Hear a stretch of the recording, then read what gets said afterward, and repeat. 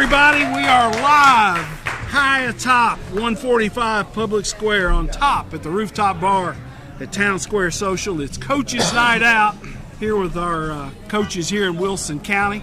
It's a football show. We're on the roof tonight.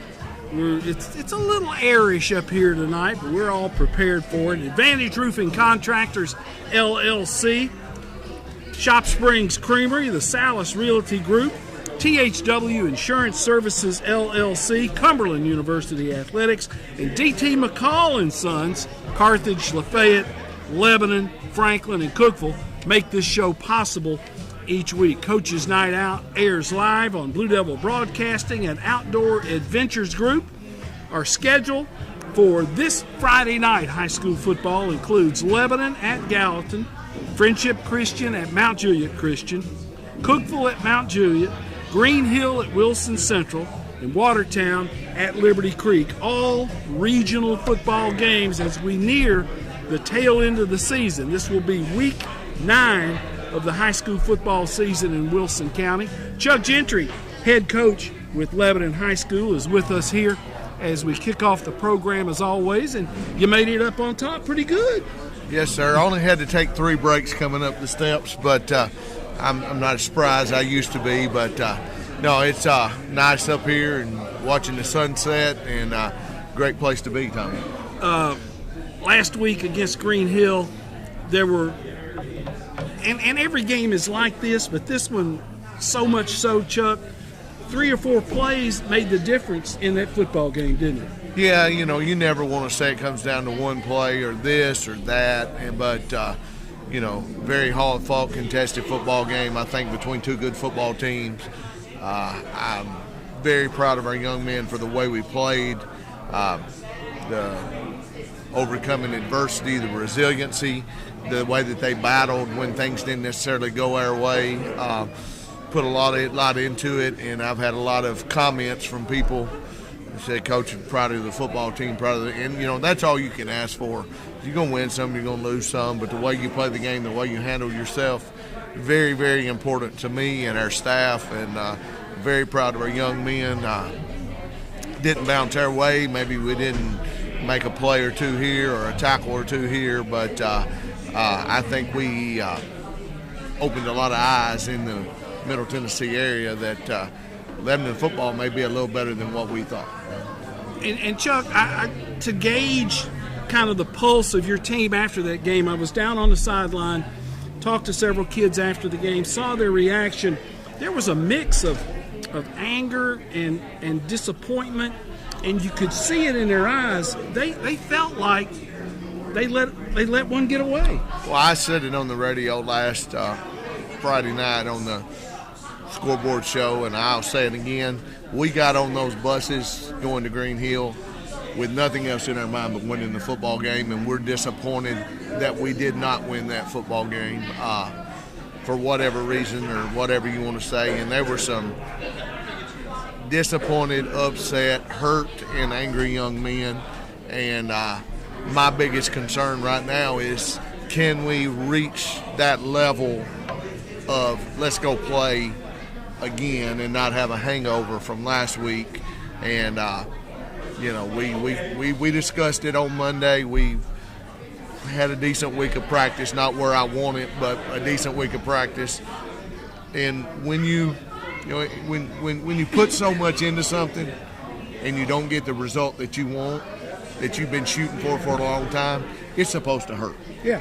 And if it doesn't, then you haven't put enough into it. And so it's a good thing that it hurt, but anybody that's played a competitive sport, you know what it feels like.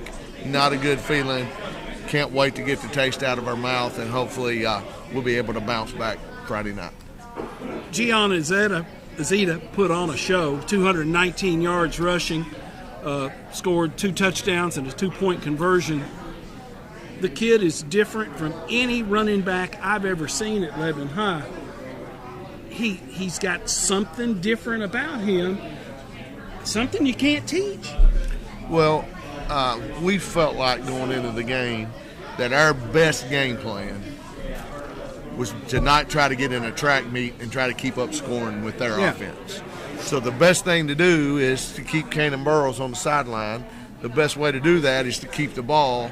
The best way to do that is to hand it to 17, buy in, the whole group, buy in. Let's go block for that cat and see what happens. And everybody wants the ball. Everybody wants to catch the ball. Everybody wants stats. And to be selfless and say, I don't care about me. Let's worry about the team. In today's world is hard. And we had a conversation with our football team on Monday, and they all agreed it's the best thing for us. And I'm mad at myself because we are in the red zone and get a penalty, and we threw the ball four straight times. And first down, we got a sack. It made it 2nd and 17, and then blah, blah, blah, blah. And that's the only time that we really deviated from the game plan all night long. Shouldn't have at that point. But what happened, we wanted to muddy up the game. We did that. We wanted to keep him on the sideline. We did that. I don't know the time of possession, but we had it a long time. And keep the score down, and then get it into a fourth quarter game and see if they wanted to tackle him in the fourth quarter. But again, to answer your question, he is a different bird. He has waited for that opportunity. And played linebacker for you last year. Played linebacker for us last year, wanted to run the ball more. The way our team was set up and built, we needed him at linebacker. He ran it some, and but to see him run it down after down after down after down, the past 2 weeks, get 21 carries, get 31 carries, and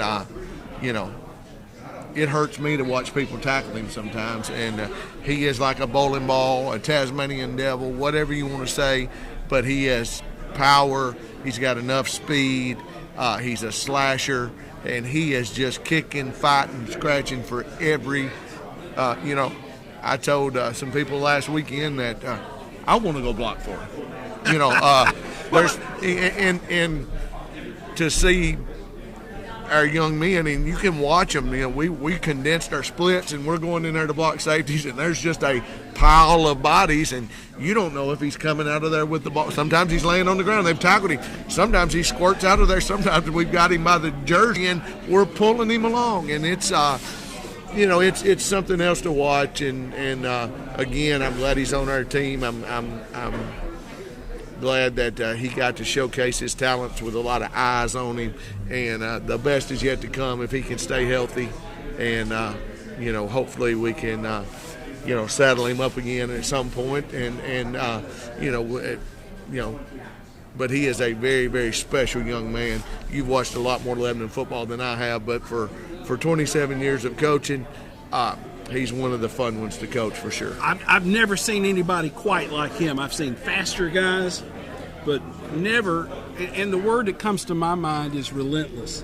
He never gives up on a run, and having played with my hand on the ground as a tight end, you want to block for a guy who wants it as bad as you want it for him. Yes. And it's amazing to watch him. You had defensively, I thought there were some really bright spots in there. Defensively, you forced a couple of turnovers from Green Hill. You really got after him, but they got the ball with a little over 5 minutes to go there late in the game, tie football game, and boom, boom, boom, they got down there and scored with 32 seconds left. Well, they put the ball in their best player's hands, and we had played them all night to don't let the ball go over your head, make them throw it outside. Well, finally, 2 or 3 plays in a row, they did throw it outside, got some yards. We get them back in the huddle, and I kept thinking they'll make the mistake, get down there, get them on 3rd down, and they throw the pass, and we almost pick it off, knock it down. If he don't knock it down, there's another one that might have a chance to pick it off, and then they get on 4th down and get outside. I won't say how they got outside, but they got outside, and we dive and miss a tackle, and he runs into the end zone with 32 seconds left. But one of those gut-wrenching things to do. But our kids played hard, and we were one play, one bounce, one thing away from possibly going to overtime or pulling an upset that nobody thought we could do. 22-15 was that final score. Green Hill with a win. You got to regroup. You got to get the focus back because you go to Gallatin on Friday night, and there's no such thing as a walkthrough going to play at Gallatin. Well, I told our young men yesterday after practice, there's a couple of places in my career that I don't like to go, and Gallatin is one of them. It's just it's the old school field, the Mystique. I know they've done some work around there, and it looks good and looks different. But the Wave Yard is a historical place, and it's not an easy place to go in there and get a win. And we'll have to have all hands on deck Friday night, play our best football game in order to go in there and come out with a region win. Gallatin coming off a loss to Beach, they have changed their offensive look, their personality a little bit because Strope, their quarterback, the guy who holds all the passing records, excuse me, at Gallatin, got hurt against Green Hill. They had a kid who moved in, played quarterback at Davidson Academy. They had him at a receiver spot. He took over at quarterback, and they've kind of changed their personality a little bit now. Well, Jackson was a phenomenal quarterback, coach's son, 6'4", 2-something pounds. A lot of football knowledge as you're going home with the head coach. Yeah. You got the playbook. You've been brought up in it, all the things. So he was like a coach on the field and a mediator / motivator on the field, according to Dad, as I've talked to him this week. And you lose your star quarterback, you lose your leader, you lose a lot of your thing. And so when you put the Barksdale kid in, now you're got a runner, more athletic, not the whole playbook, shrink it down, find the things that he can do. But, they've got a lot of weapons. He's a weapon to run it or throw it. He played quarterback, so it's not like it's just an athlete back there. He is a quarterback. And so a whole different set of circumstances because he is that dual threat guy that Strope wasn't. Well, Jackson could get 5, but he wasn't going to go get 90. Yeah. And so, but this kid can he can pick them up and put them down and be gone in a heartbeat. And then they have tall, lanky receivers that will go get it. They have the over the middle guys. They have the quick scat guys, and then to do all that with the running game and the RPO game with the quarterback run. It's a difficult recipe to try to what do you defend and again we don't have a huge sample of it also, and so. He's getting better every week, and they probably add to the more and more and more every week. So, it's there's a little bit of unknown and uncertainty there, but that coach has done a good job with that offense, that air raid offense, and the RPO game, and the things that they do. So it's not going to change a whole lot. It just it looks a little different. Gallatin has always had big, thick ones on defense, some guys who could eat up some space. Are they like that again this year? They not as big as they were a couple years ago when Jalen Abston was playing, when they had the huge 3 technique and stuff. But they've got some big, thick kids in there, run and tackle. They look very similar on film, looking to Hillsboro. They got kids that can run and react and go, and they're in the 50 defense and the 40 defense, playing man coverage and cover 3, and a lot of things to do. But they're coached well, they're sound, and they get after the football. And so it'll be a challenge for us to execute and to do the things that we need to do. And again, I say it all the time. I worry about us. I worry about the hangover. What mindset are we in? How are we going to approach it? Can we make the plays that we might have left on the field last week that we got to be better in the passing game. We've got to be better, more explosive plays, not having, it's great to have a 12, 13 play drive, but it's okay to have a 1 or 2 play drive every once in a while also. And, early in the year we were bang, bang, bang, bang, bang, and now we're not doing that so much. So we've got to get back to that and have some explosive plays and change the field. And then, as always, the kicking game will be very important because they got a kicker that when he kicks off is going to maybe damage a car or two in the parking lot. For years, they've had kickers. They've had guys who go on to kick at a very high level. I want to say the Kelly kid from last year went to South Carolina, went to the Southeastern Conference, and this guy is in that mold. They had 3 or 4 last year when we were warming up, and I asked Coach Stroop, I said, I tell you what, can we make some type of deal for a kicker? I said, those 3 are hammering it. And I said, I feel sorry for the third one because he ain't never going to get to play. And he laughed, and kicking is a thing that you get started and work at it, and when you got a weapon, you got one, and he is a left-footed kid that can kick it and punt it, makes it hard to catch. We'll have to line up and go 80 yards just about every time when after they've scored, and so it puts a strain on you. And when we have those opportunities, we have to execute, and when we're kicking them, we have to be, function as a unit also. Shop Springs Creamery, located at 2816 Sparta Pike, the official chocolate milk of Blue Devil football. They help the team out every week and help provide that delicious protein for those kids. This week's team meals: Thursday's varsity meal, the Lebanon Church of God, and on Friday, Isaiah Moore, who played in the offensive and defensive lines for Lebanon, and some of his class of 2016 teammates have gone together to put that meal in front of the team on Friday before you get on the yellow buses and go to Gallatin. Once again, thanks so much to those folks for giving back to the program. Yeah, Isaiah, a former player, both his younger brothers, twin brothers.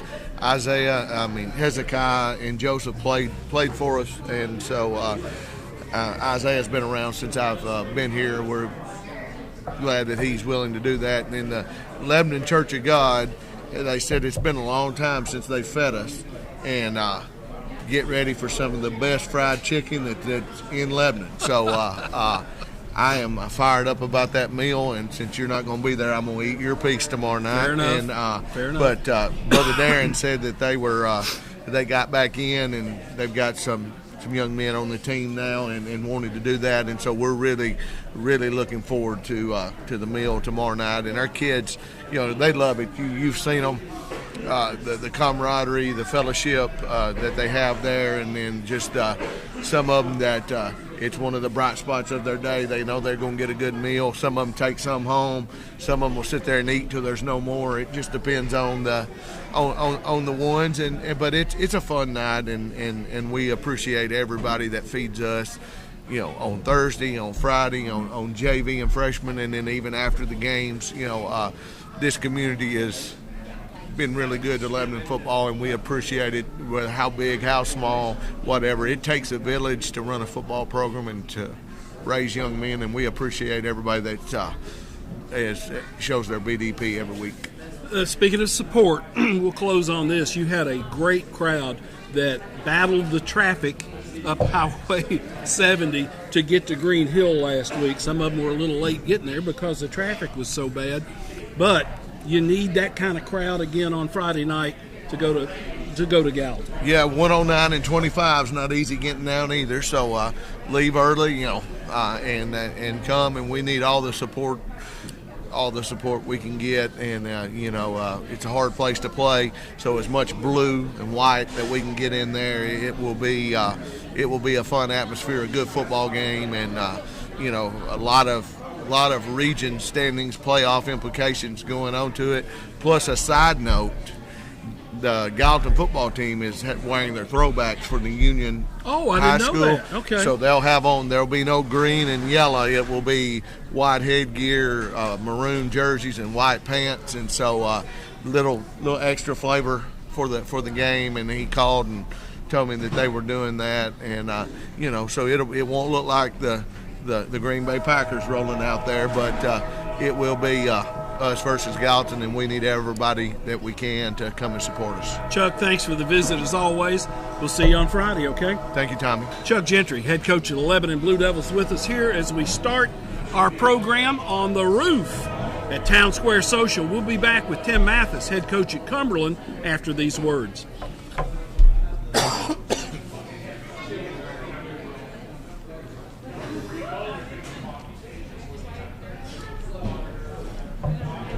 We got the post-game meal covered.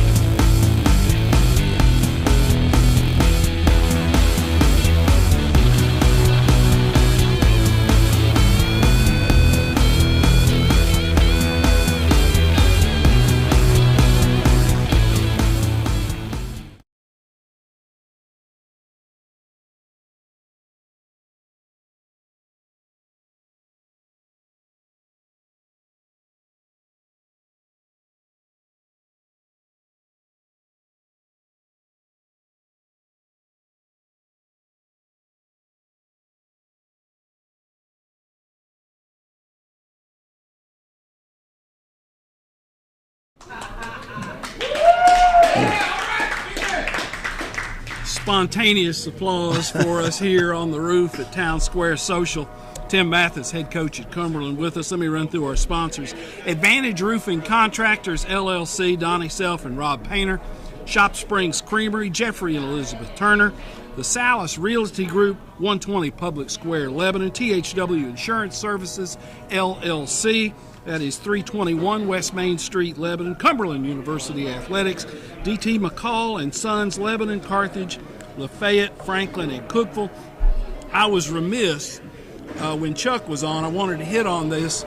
Colton Dowell, 2017 graduate of Wilson Central, who was a star wide receiver at UT Martin, was a 7th-round draft pick of the Titans. Got hurt, got released, got signed earlier this week by Baltimore, and he is on the Ravens practice squad. Best of luck to Colton Dowell, and congratulations to the Dowell family.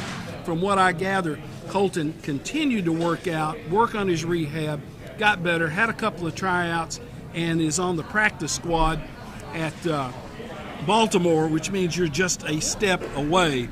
You never know. High school action this week: Lebanon at Gallatin, Friendship Christian at Mount Juliet Christian, Cookeville at Mount Juliet, Green Hill at Wilson Central, Watertown at Liberty Creek.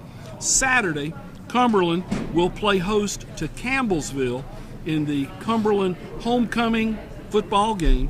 Last week, the Phoenix go to Georgetown, number 18th ranked Georgetown, come out on the short end of a 34-13 loss. Tim, and I listened to the game. I listened to your post game. It sounded like you weren't you feel like your kids didn't play to their level, didn't play up like they needed to. I mean, and in ways we did. Defensively, you played. Defensively, well. we played lights out. We only gave up 13 points. The defense did. Their defense scored more than their offense scored, Wow. and it goes. If we don't turn the ball over, I mean, we had more yardage than them, time possession. We did everything right. We just turned the ball over 3 times, and every one of them for scores. And you're not going to win the game with 5 turnovers. You're not going to win against anybody. Walter J. Baird Middle School with 5 Right. turnovers, much less a quality football team like you saw in Georgetown. Yeah, and it's just disappointing because you watch the film and we did some good things. We marched it down all the way down the field, and the last turnover, we're on the 4-yard line. We score there. We get it within 7 with a little over 2 minutes left in the game. We got a chance, and unfortunately threw a 99-yard interception. It's just it breaks your morale, your heart, and it's just mistakes were made, and you just got to learn from them and move on. Well, you were right at that point of the game. You were right on the brink of being where you wanted to be, and then boom, there's a huge swing in the game and momentum. And momentum is a real It's thing. It's a real thing, and those the back-to-back scooping scores were tough, but to our kids' credit, we put our head down and we went to work, and we just started clawing back in the game, and we felt like we were getting momentum back, that we had a chance, and it just turn that ball over the last time, and you're not going to win if you do that. And when you get the kids and you're able to get in the film room, offensive group, defensive group, and you can point out and teach and say, here, this is where we goofed up. Those are lessons. It's a classroom. Right. Well, I mean, it has to be, because you do got to learn from it, or you'll repeat it, and it's just you got to learn. On interception, for example, Jake's got to know it's 3rd down. We can live another down. I kind of get the interception if it's 4th down and the game's on the line, and you're trying to make something happen, but we had another down. There was nobody open. Just throw it away, and you learn from that. Though he'll learn from that, and we just got to have eagle claws on the 2 fumbles. That it wasn't that they did something great. We just didn't hold. We didn't have good secure hold on the ball, and we're moving the ball. That's that thing about it is you're moving the ball and doing things right and making plays, and it's just those little things can lead to big things. It sounds like there were enough positives offensively to kind of build and grow on, and to take those and perhaps convert those into positive things later on down the road. There was some really good things. Isaac Finch had a great game. Watertown alumni. After looking at the film, he had his career in catches and yards per game, and the crazy part about it, just about every one of his catches were for first downs, were first down catches, and he had a tremendous game. And Isaac's a kid that has hung around, paid his dues, and is getting an opportunity to contribute, and he is contributing. He is contributing. A program. He's what you call a program kid. Does everything right. Had a bad year last year in the sense that he was hurt all year, so he didn't really get to play last year. He had a hamstring he just could not get over. So, you're tickled to death for him, because he is one of those guys that you can count on. He's going to do right every time. Well, and it sounded like there were other guys that had their moments and played well in that game on the offensive side. Well, they did. They were not going to, for whatever reason, really going to let us try to run the ball. So that's nobody thinks that's our MO, but we took what they were giving us, and I think we threw for more times and more yards than we had since, I think they said 2011 or something, which was way back when. But that's what they were giving us, and we were able to execute that plan, and we were moving the ball down the. There are positives about that. There's going to be times we're going to have to do that and move the ball down the field, and we were able to do that. And like you said, defensively, the defensive unit gave up 13 points. What I'm really proud about that is we had some guys with injuries and stuff, and we had some guys that stepped in on defense, and we didn't skip a beat with it, and had some guys that step up and play great. And again, you're giving up 13 points, and it was all in the first half. 1 touchdown, 2 field goals. One of the field goals was 46-yard field goals, so they hit a great field goal there. They played lights out. They played well enough for us to win. And that's all you can ask from your Right. defensive unit is give us a chance. Right. And they did their job. They did, and unfortunately, it doesn't show up on stats because they'll go, your defense gave up 34 points. Well, they didn't. That's all credited to them, but offense gave up 21 of those points by turnovers that turned into immediate points. The defense didn't even get a chance to stop them. So, that's positive in the sense that our defense, if they'll do this against Campbellsville, they're averaging 40 points a game, and I don't think our defense is going to give up 40 points. And the great thing about that is their defense have been giving up a lot of points. So if we can hold them and hold on to the ball, we ought to have a good shot.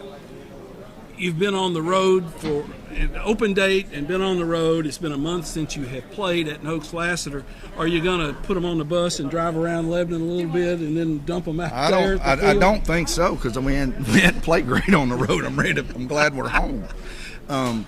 But it is nice to finally be back because it's a big deal. Big crowd, homecoming. It's going to be a big crowd, and the kids feed off of that energy that comes from the stands, and definitely tickled that we're finally going to be back there. Well, and Cumberland, as a university, does up homecoming in a big, big way. There will be activities all in that weekend, but come Saturday afternoon, it's the responsibility of that Phoenix football team to get out there and play the game. And you take more of a responsibility, and I always have being here as the head coach, especially at homecoming, you want to do well because your former players come back, and you want to show them that the way they left it, it's still in good shape. So that's something that's always a little extra for me personally, and what I stress to our kids is we gotta make sure and show the alumni who we are and what we're about. And if I recall from the last time you guys played at home, you had a good number of recruits, and again, you had a good number of former players who were there.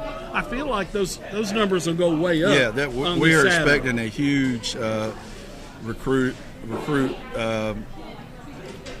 under the pavilion. I mean, there's going to be 40 to 50 kids and families there, so that'll be huge. And we always have a big turnout of former players to help us in that pavilion, especially on homecoming weekend. You kind of turn that pavilion over to your alumni players, don't you? We definitely do, because I want those recruits to talk to guys that have been here and done it. That's important to me because they know the ins and outs. They can tell you the good and the bad. And I want them to tell them the bad. I mean, if they're going to come here, they need to know the bad parts about it. There's not really a lot of bad parts about it, but I wanted to hear it from them because they're the ones that have done it. Campbellsville at Noakes Lassiter, Saturday afternoon, homecoming. What you mentioned Campbellsville likes to get the score up there, a real high tempo kind of team. What will we see offensively from Campbellsville? They're a run, and of course their head coach was a former quarterback at Campbellsville, probably their best quarterback that's ever played there, and it's a throw first type of offense, and even their running backs run for 400 or 500 yards, but he's caught 300 or 400 yards worth of passes. They try to get it out quick and get the yards after the catch stuff, and so we got to tackle in space really well. That's going to be important is make sure we tackle in space real well. But defensively, everybody they've played has scored 30 points or more too. So we need to take advantage of that, keep the ball away from them, and the biggest thing is we got to finish. When we get in the red zone, we have to start finishing on offense. That's been our problem. Scoring touchdowns. Scoring touchdowns is we're we look like we're the band at halftime marching down the field, but when we get to the red zone, we kind of stall out, and we've got to make sure we put points on the board every time we get down there. And does it kind of feed on itself, Tim, when you've had that frustration, you get in the red zone, you don't have the success you want? Does it kind of press on you a little bit? No, I mean, it definitely does, because you want to do well. You want your kids to do well, and it has been frustrating. Especially the fourth down plays or whatever, of not getting a yard or whatever. You take that as an O-line coach. I take it personal. I think we could line up against Godzilla and get a yard, and it hurts when you don't, and it's something you just got to take pride in, and just know that anywhere on the field you can get 2 or 3 yards anytime you want to. And we got to have that mentality. We got to be a little tougher, a little meaner, and I tell recruits all the time, especially offensive line guys, I want guys that will cut their mother in the alley. I want those bad apple guys that come with bad intentions when they're playing football, and we've got to show more of that up front. You've played a couple of running backs. It has not just been the Cornejo show. You've gotten other guys in there. Yeah, and it's just a different. Rod's he's a little quicker, a little more of a scat back than the Cornejo. Cornejo's obviously a power runner. Rod, if he gets out loose, he can outrun everybody, and Lamar Childress is kind of a blend of both of them. He can be a power back, and he's also got some quicks. But the biggest thing is just getting them in a groove. Running back, they get in grooves if they start seeing the holes and everything. Especially Corn is definitely that way. If you get him rolling 5 and 6 yards a clip, he's hard to stop. Well, and I've seen him get better as the game goes along. And that's the thing. We got to get to establish that. We couldn't against Georgetown. They weren't going to allow it. They were going to put everybody in the box and not allow that. But we got to get that going, because he does. He gets better as the game goes on, and that's important to get him involved early. You mentioned that Campbellsville has given up some points. Defensively, how will they align? What will they look like? They're an odd front team, a 3-4, but they get in some over and under fronts, even fronts from their 3-4. So walk a guy up. They walk one of their outside backers up on the line some. So, but they're a 3-4 base out of that. They don't overly blitz a lot of guys, and they play this year and even last year against us. They play a lot of zone coverages, so there's a lot of opportunities to throw the ball on them, and we did some good things with them last year. Last year again was about turnovers. We probably should have beat them last year if it weren't for turnovers, and we got a great game plan. We just got to execute it. Tim, as always, thanks for the visit. It's good to see you. Thanks for making the climb up here and joining us. I got to go to the training room after this and get some stem on my hammies. I didn't know I was going to walk up Mount Rushmore to get up here. I'm 53, man. Good gosh, we're going to start having our morning runs here at Town Square Social. Good plan. Tim Mathis, head coach at Cumberland. Thank you, guys. Go Phoenix. We'll be back with more right after this.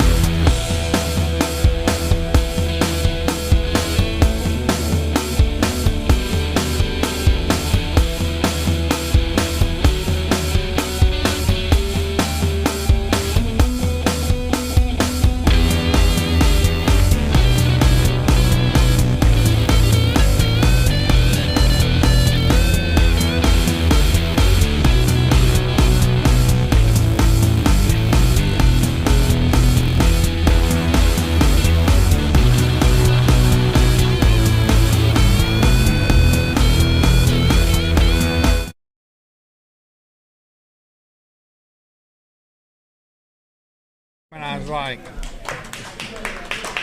well, I'm going to make this time. John McNeil, head coach at Friendship Christian, here with us on the third segment. We are on the roof at Town Square Social, the only rooftop eating establishment and bar in Wilson County, and thanks to Kyle and Cody for having us up here.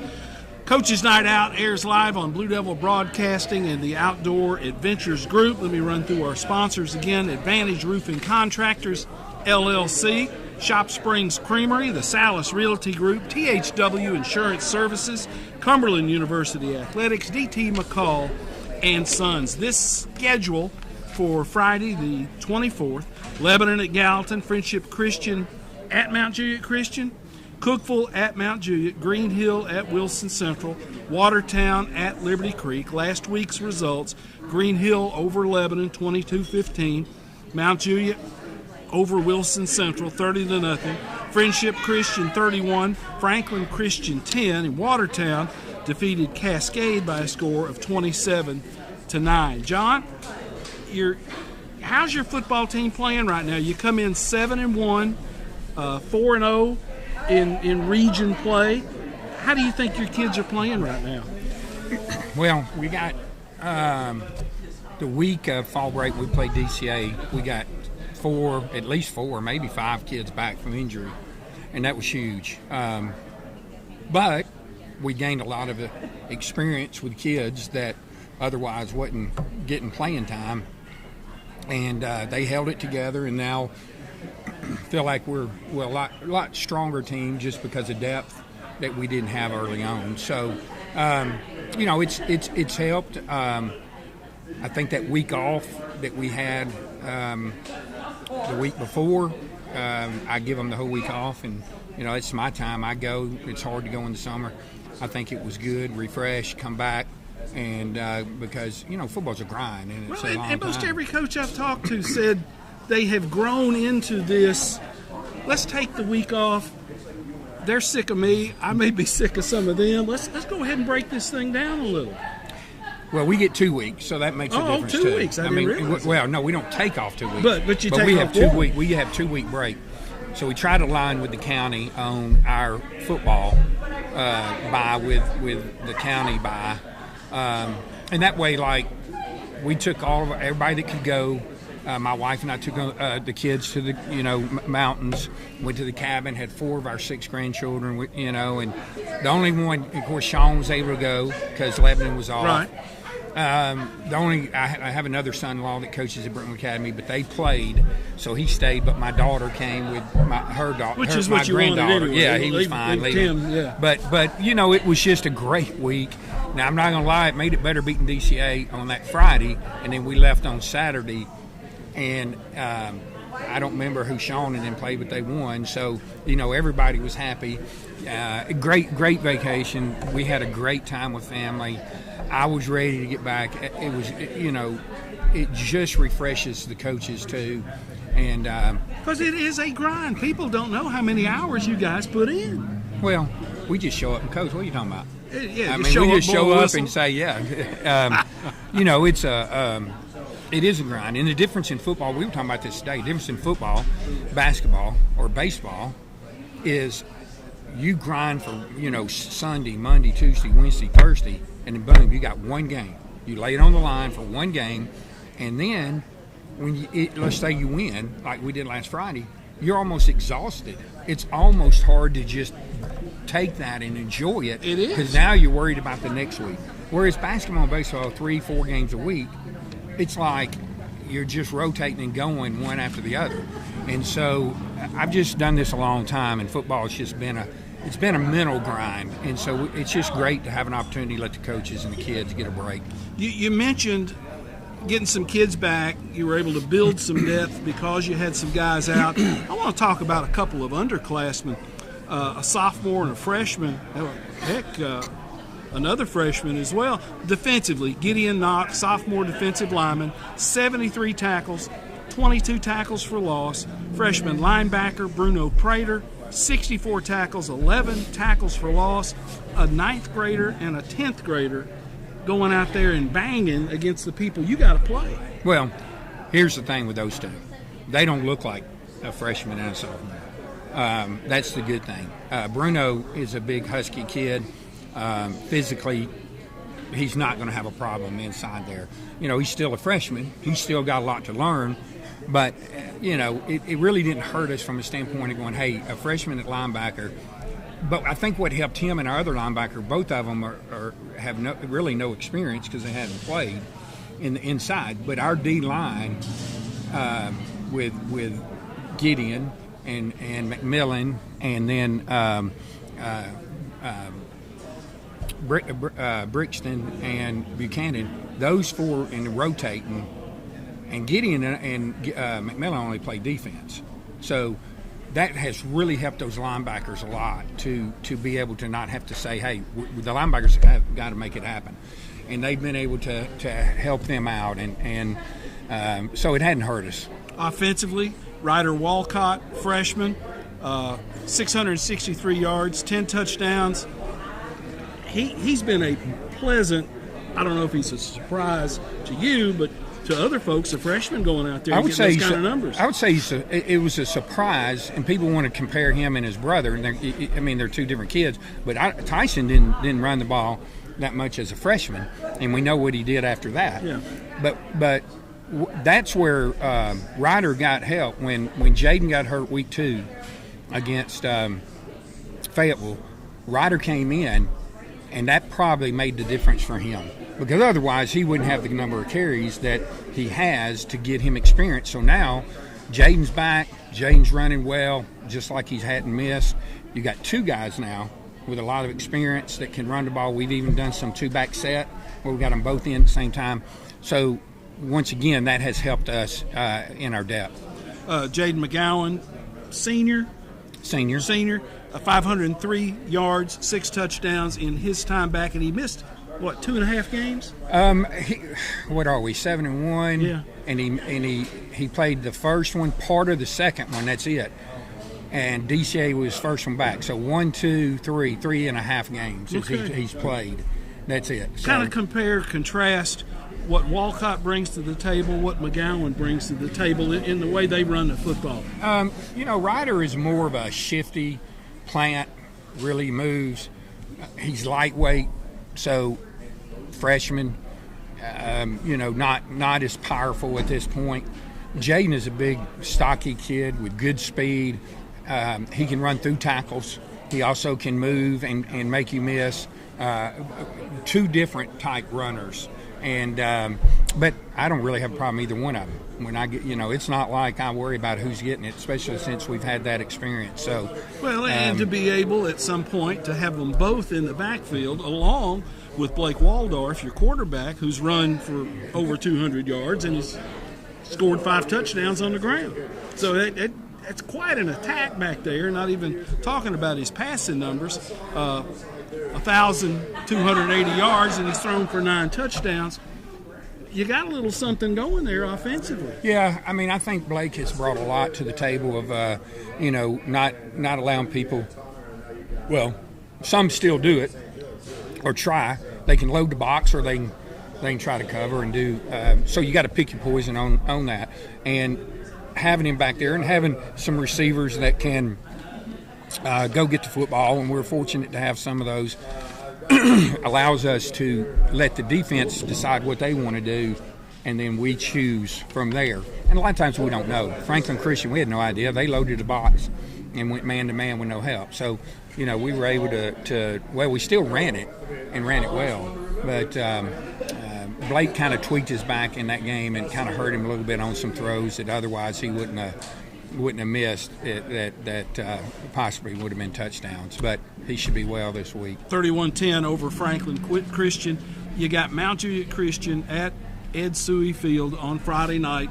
They are in the region with you now. They had not been before. They're in there. And another step to get you where you want to be, and not looking ahead, but everything's in front of you the way you want this thing to play out.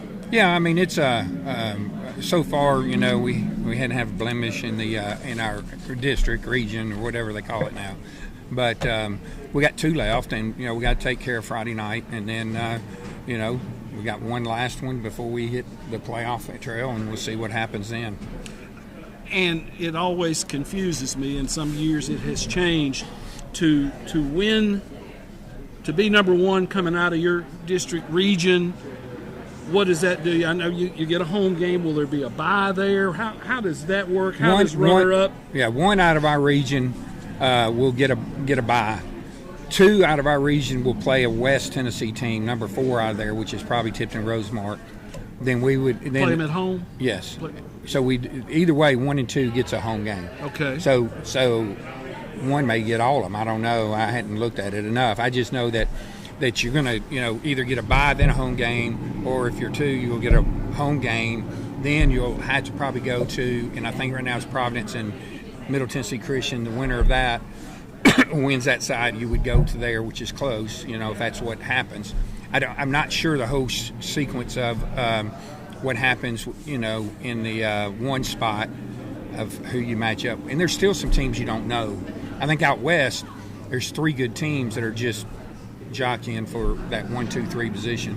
USJ, Jackson Christian, who played week 10 or last game, and then Trinity. Mount Juliet Christian's coming up next. You go to Mount Juliet Christian on Friday, 7 o'clock kickoff, Ed Suey Field. Mount Juliet Christian has struggled. What do you see from the Saints? What do you see from them defensively, John? Well, it's funny because you think what base defense people are running and kind of what they're doing, and I've learned over the years not to anticipate all that. You kind of you practice yourself, you practice the rules that you have, and then whatever happens, we didn't expect Franklin Christian to come out and try to load the box, which was fine. It took us a series, and I told them today, I said we'll just understand that we'll make adjustments and we'll do what we got to do once we see. But I've done too many times where I've gone out and I've gone against just what I think they're going to do, and then that doesn't happen. So we try to prepare for everything from an offensive standpoint. So defense, offensively, they have some good receivers, some guys that can catch with good speed. That's something that we've struggled. We don't have just abundant of speed. We have to play well, keep front, gang tackle, and those are things that we pretty much each week. We're pretty much not the fastest group on the field, no matter who we've played. So, but that doesn't mean you don't have to be the fastest necessarily. You just got to play together. So, having a guy like Brock Lovelace upstairs to be kind of your eyes in the sky, you're the play caller, but he can confirm what you're looking at and kind of make sure that you two are on the same page, which then gets your play call going in the right direction. Well, we have a split. We're fortunate, and one of the best coaching staffs I've ever been along. I'm talking about with great experience that come to it. So we have totally split. So our offensive side of the ball is Coach Lovelace does the quarterbacks, Coach Cavan and Coach Doris. They're as good as they are at the O-line, and then Coach Kittrell does our running backs and sniffers, and Coach Walcott does the receivers, and then I oversee all that. And then it's just having all that. I mean, Coach Doris and Coach Cavan always have the iPad, so they can bring the linemen over because a lot of them only play one way. They fix that. I mean, I don't. And to see it right there, yes, they fix it and go, why did you go there? That don't even make sense. And then, of course, Coach Lovelace will get on the headsets with Blake, and they'll get things straight. But, yeah, Coach Lovelace and I pretty much meet every day after lunch, and he'll bounce stuff off, I'll bounce stuff off, and we kind of come together and kind of, throw things together to see, what we want to do. Dwayne Lowe on the defensive side of the football has been there with you from the jump. From when he played there. He's on defense. Mitch Miller played for me. He's on inside linebackers. Coach Wheeler played for me. He's got outside linebackers. You've got Coach Shoulders that played for me is D-line with Coach Prater, who's also D-line. And then you got Coach Walcott does secondary with Coach Lovelace, Satterfield, who does our strength condition and just kind of helps on both sides of the ball. So I hope I didn't leave anybody off, but absolutely one of the best staffs of knowledge, and they've, I don't have to worry about it, and it's good because at my age it's hard to do that, but they get the job done. Well, and you don't have huge numbers roster-wise, but you know those kids are getting a lot of work when they're in those defensive groups or in offensive groups when you're kind of running the show. But the stuff you don't have to worry about.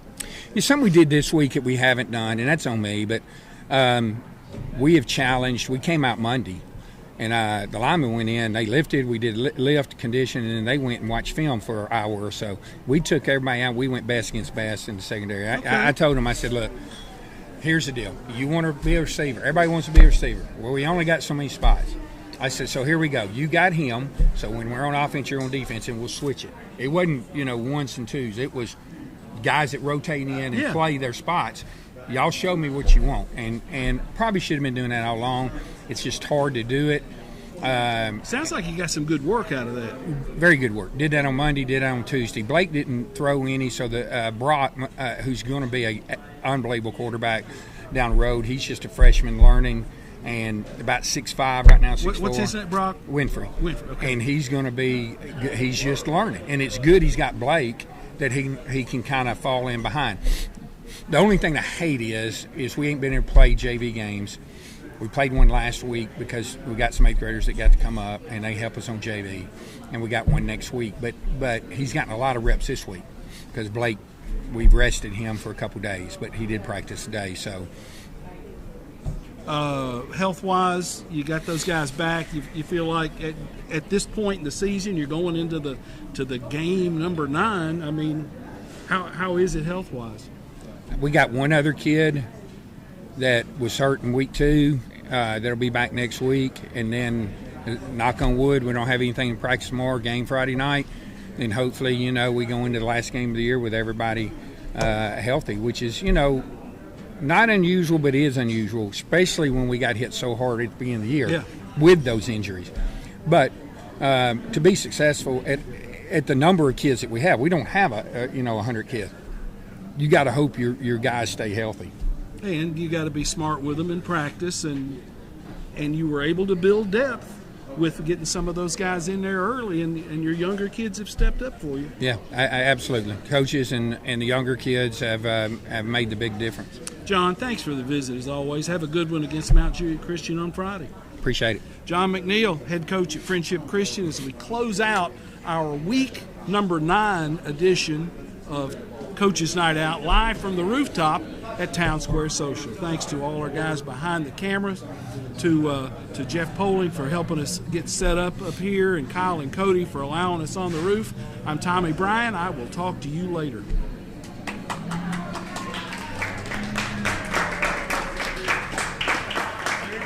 Thanks, pal. Yes.